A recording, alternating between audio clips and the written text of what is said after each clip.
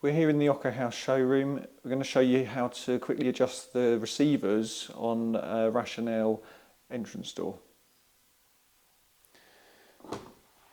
So the receivers can be adjusted to increase or decrease the amount of pressure the door exerts on the seals when closing.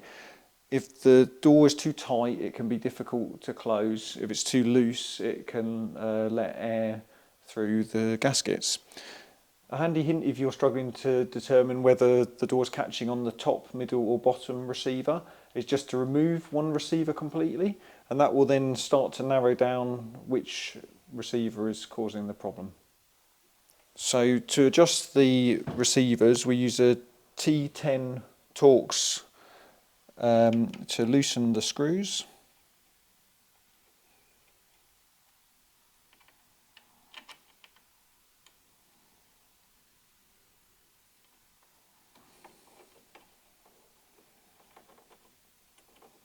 And then the plate can move in and out according to the adjustment you need.